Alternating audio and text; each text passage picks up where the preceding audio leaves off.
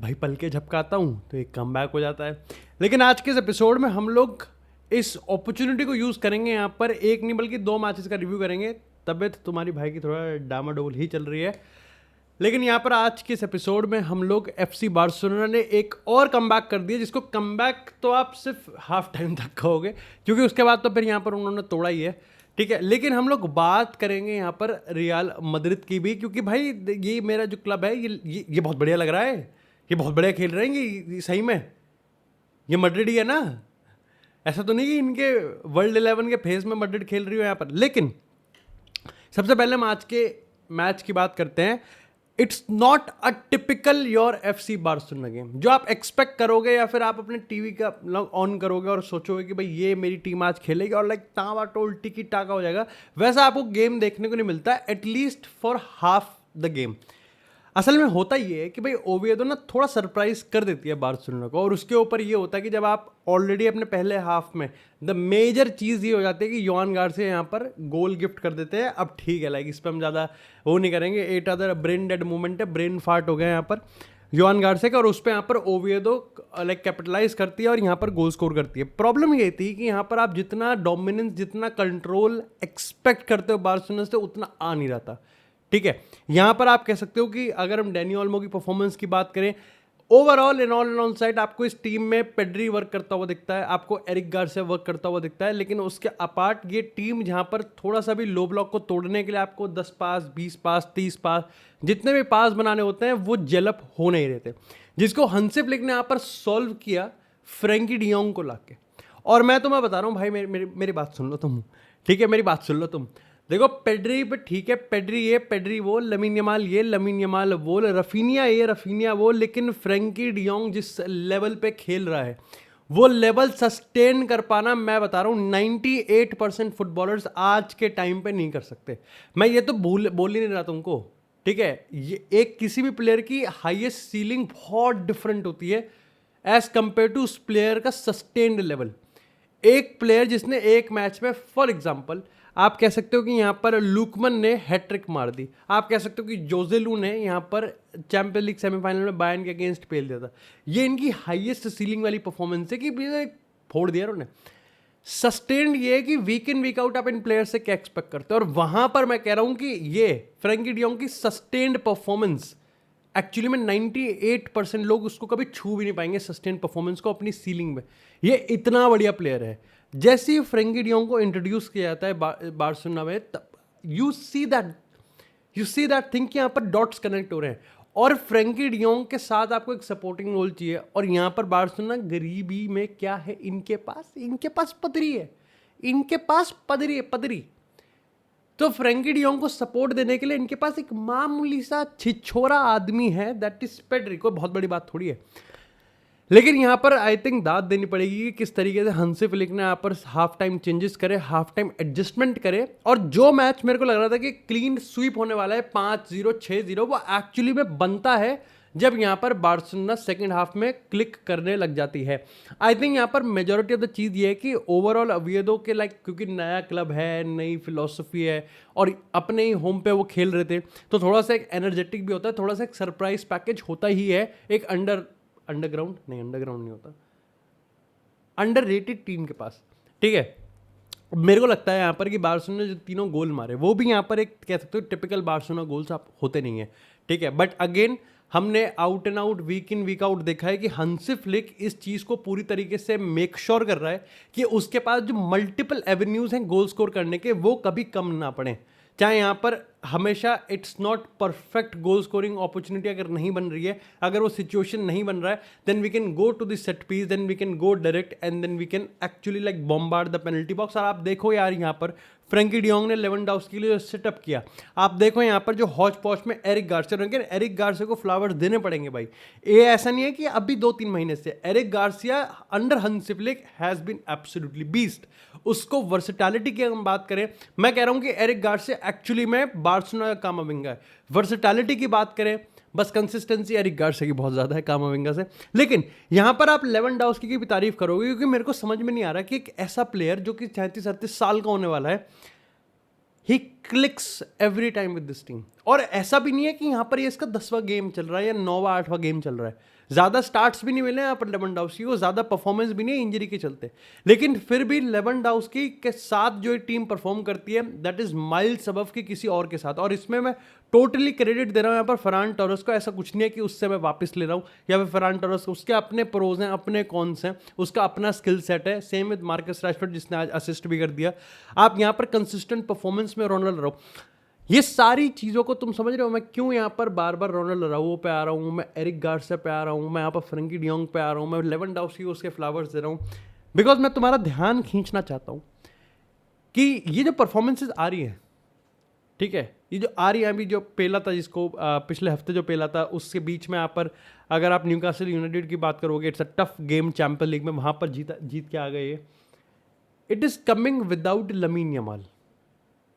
आप देखो lamin Yamal नहीं है, आप देखो यहाँ पर बाल्डे नहीं है, तो उन प्लेयरों के बिना यहाँ पर खेला जा रहा है, और ये बहुत बड़ी चीज़ है। मैं कह रहा हूँ ये बहुत बढ़िया परफॉर्मेंसेज निकल के आ रही हैं, एंड आई थिंक हंसी फ्लिक इस चीज़ को मेक श्योर ही कर रहा है कि यहाँ पर उसके पास जो सब्सटीट्यूशंस हैं और उसके पास जो उसकी स्टार्टिंग 11 है, इनको इतना जेलअप करवाना पड़ेगा कि यहाँ पर परफॉर्मेंस में ज़्यादा बड़ा अंतर ना हो। ऑफकोर्स अंतर होगा स्टार्टिंग लाइनअप की और सब्सटीट्यूशन की, लेकिन बहुत लोग यहाँ पर सोशल मीडिया पर ये भी कह रहे थे कि क्या यहाँ पर हंसी फ्लिक पिछले सीजन से सीख के इस बार ये मेक श्योर कर रहा है कि उसकी जो हाई डिफेंसिव लाइन है वो 4-5 यार्ड पीछे आ जाए। मेरे को फिलहाल के तौर पर नहीं लगा कि यहाँ पर बार्सिलोना में वो अपनी जो हाई डिफेंसिव लाइन है उसको थोड़ा सा पीछे कर रहा है। हो सकता है कि 5-10 मिनट के लिए कभी ऐसा मोमेंट आया हो जहाँ पर बार्सिलोना को थोड़ा सा सकम करना हो, थोड़ा सा प्रेशर लेना पड़े, लेकिन ओवरऑल मेरे को जो कंसेप्ट लग रहा है वो स्टिल वेरी क्रिस्टल क्लियर है। रोनाल्ड अराउjo उस पर पूरी तरीके से खरे उतरते हुए दिख रहे हैं एज ऑफ नाउ। अभी कॉन्फिडेंस है, गोल मार दिया, परफॉर्मेंस बड़ी आ रही है। जब आपके पास योहान गार्सिया जैसा जब कीपर होता है जो कि स्वीप करता है, हाँ ठीक है आज गलती कर दी उसने चोमनू ने, लेकिन जब आपके पास योहान गार्सिया जैसा कीपर होता है तो मेरे को लगता है कि कोई भी मैनेजर अपनी एग्जिस्टिंग स्ट्रैटेजी पर डबल डाउन ही करेगा। It is very important for Marcus Rashford जिसने आई थिंक 3-4, और मैं हंसी फ्लिक के स्टैट्स की बात करूं तो यहाँ पर 67 गेम में 50 गेम वो ऑलरेडी जीत चुका है। ये बहुत मैसिव है, ये बहुत ज़्यादा मैसिव है। अब इसमें दो चीज़ें हैं, देखो मैसिव इसलिए क्योंकि यहाँ पर हंसी फ्लिक को ज़्यादा दिया नहीं गया, उसको कहा कि भाई यही है देख ले अब उसको क्या बना सकता है, और उसने क्या से क्या ही बना दिया इसका। दूसरी चीज़ कि हाँ ये जो यही है, यही जो है ना, if there is like define यही है, तो वो यही है, लमीन यमाल है, रफीनिया है, पेड्री है, फ्रैंकी डियोंग है, और ये किसी भी मैनेजर का ड्रीम हो सकता है। लेकिन अगेन जिस पॉलिटिकल टर्मोइल से बार्सिलोना हमेशा निकलती है, जो डिसिप्लिन हमेशा लैक करता है, जो प्रेस का प्रेशर हमेशा होता है, जो यहाँ पर पॉलिटिसाइज करने का होता है, जो एक पूरा प्रोपागेंडा होता है, जो एजेंडा होता है, जो रेफरिंग वाला ड्रामा होता है, या फिर पूरा जो ग्लोबल आइज जो आपके ऊपर होती हैं एज अ बार्सिलोना मैनेजर, मैं कहूँगा हंसी फ्लिक ने उसको बखूबी निभाया। और ना ही सिर्फ यहाँ पर दुनिया के लिए बल्कि अपने प्लेयर्स के लिए भी। जब आप आए दिन सुनते हो कि रफीनिया को आज निपटा दिया, आज यहाँ पर मार्कस रैशफोर्ड को धोबी की तरह धो दिया, तो मेरे को लगता है कि हंसी फ्लिक को उसके फ्लावर्स मिलने चाहिए। लेकिन इसी के साथ यहाँ पर बात करते हैं यहाँ पर रियल मैड्रिड की। मेरे को जब भी लगता है कि क्या ही हो सकता है, हमारा भाई आया है ज़ाबी अलोंसो, प्रेस कॉन्फ्रेंस में दिखा दो स्माइल कर दिया, ठीक है। उस स्माइल का मतलब ये थोड़ी होता है कि कैरेरास को सेंटर बैक खिला दिया और खेल गया। तुम सोचो कि इससे ज़्यादा शॉकिंग चीज़ क्या है कि यहाँ पर कैरेरास को सेंटर बैक डाल दिया, फ्रान गार्सिया को उस पर डाल दिया, यानी कि जो फुल बैक है उसको सेंटर बैक बना दिया और जो सेंटर बैक है उसको फुल बैक बना दिया। राव असेंसियो को डाला राइट बैक पर, चल भाई तू तो उधर पहुंच, और कैरेरास को डाला सेंटर बैक पे। ये ज्यादा शॉकिंग है या फिर ये ज्यादा शॉकिंग है कि कैरेरास सेंटर बैक पे इतना ज्यादा नेचुरल लग रहा था। मैं लग रहा था ओहो वर्जिन मोहितो डी कहाँ थे आप कहाँ थे, हमारी नजरों से कैसे ओझल हो गए आप। हम लोग एम्बापे दिस कर देंगे, हम लोग विनीसियस दैट कर देंगे, जो भी हम करेंगे दिस एंड दैट, ठीक है। लेकिन Carreras I would not be shocked अगर कैरेरास डीन हॉयसन से ज़्यादा इम्पैक्टफुल प्लेयर होगा रियल मैड्रिड, क्योंकि मैं कोई भी ऐसी लाइनअप नहीं देखता, मैं कोई भी ऐसी मैच की परफॉर्मेंस में नहीं दिखता जिसमें यहाँ पर कैरेरास ने मेरे को इम्प्रेस ना किया हो, which is very similar, like neck to neck है यहाँ पर हॉयसन के लिए।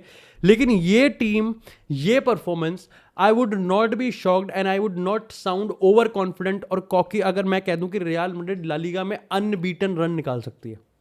ये ला लीगा का सीजन रियल मैड्रिड अनबीटन निकाल सकती है। और इसको मैं थोड़ा बैक करूंगा, अगर आप यहाँ पर देखोगे कि जिस तरीके से यहाँ पर चीज़ों को वर्सेटैलिटी पे खिलाया जा रहा है, और हम अगर यहाँ पर हंसी फ्लिक को मैं उसके फ्लावर्स दे रहा हूँ कि भाई तेरे पे लमीन यमाल नहीं है, तेरे पास यहाँ पर क्या कहते हैं बाल्डे नहीं था, तेरे पास यहाँ पर भाई इनिगो चला गया तेरे पास यहाँ पर रफीनिया लेवेंडाउस्की की तरह इंजर्ड था, उसको अगर उस चीज़ के फ्लावर दे रहे हैं तो भाई मैं अपने पारिवारिक क्लब, हमारे पास जाबी अलोंसो के पास स्टार्टिंग ऑफ द सीजन से कामाविंगा नहीं है और यहां पर बेलिंगम नहीं है। अब जूड बेलिंगम को वो जलब करा और उसके साथ भी वो बहुत संयम से, लाइक पहले 5-10 मिनट खिलाओ, अगले लेवांते वाले गेम में हम कह सकते हैं कि यहाँ पर 15-18 मिनट खिलाए, कामाविंगा को यहाँ पर मिनट्स दिए जा रहे हैं और उसके बाद उसने परफॉर्मेंस निकाली। लेकिन इस मैच की बात करते हैं, आई थिंक एक हाइब्रिड फॉर्मेशन थी जिसमें बैक थ्री के साथ और वर्सेटैलिटी इतनी है क्योंकि आपके पास करेरस है, आपके पास राव सेंसी और आपके पास डीन हॉयसन है। अब हमारे पास यहाँ पर 4-5 ऐसे प्लेयर्स हैं जो कि सेंटर बैक पे खेल सकते हैं। मेरे को यहाँ पर बहुत खुशी हुई जिस तरीके से apart from Mbappe, apart from Vinicius junior, it is the Mascherano जो अपने आप को प्रोटैगनिस्ट फील करता है, जो अपने आप को ऐसा फील करवाता है और करता भी है कि I can bring the change, और वो बहुत इंपॉर्टेंट है। तुम सोच रहे हो कि यहाँ पर मास्टेरानो के अगर आप कॉन्फिडेंस लेवल, जो गोल मारा वो तो बैंगर था, और मैं कह रहा हूँ कि this was out and out Vinicius level performance, Vinicius performance. I don't care Mbappe को उन्होंने मैन ऑफ द मैच दिया है, उसको फ्लावर ने उसको जो है उसको पुच्छी है गर्दन पे, बट ये for being a Vinicius fan ये कितनी इंपॉर्टेंट परफॉर्मेंस थी, क्योंकि ये परफॉर्मेंस तब निकल के आई है जब यहाँ पर ये खबरें चल रही हैं कि भाई विनीसियस जूनियर का कॉन्ट्रैक्ट यहाँ पर शायद से अब टेबल पे रख दिया गया है, या तो वो कॉन्ट्रैक्ट रिन्यू करेगा या फिर रियल मैड्रिड इसको पीछे से जाने देगी फ्री में। यहाँ ये है विनीसियस का एंटोराज जहाँ पर जाबी अलोंसो से खुश नहीं है, जाबी अलोंसो विनीसियस को हेट करता है। तो तुम समझ रहे हो यहाँ पर हम लोग ये चीज़ सुन रहे हैं। विनीसियस जूनियर को जब यहाँ पर सब्स्टिट्यूट किया गया तो वो तो गुस्सा था, जाबी अलोंसो को उस पर सवाल पूछे जा रहे हैं, जाबी अलोंसो विनीसियस जूनियर को मास्टेरानो से कंपेयर कर रहा है, जाबी अलोंसो विनीसियस को रोड्रिगो से कर रहा है, जाबी अलोंसो किलियन एम्बापे को अपना लीडर मान रहा है।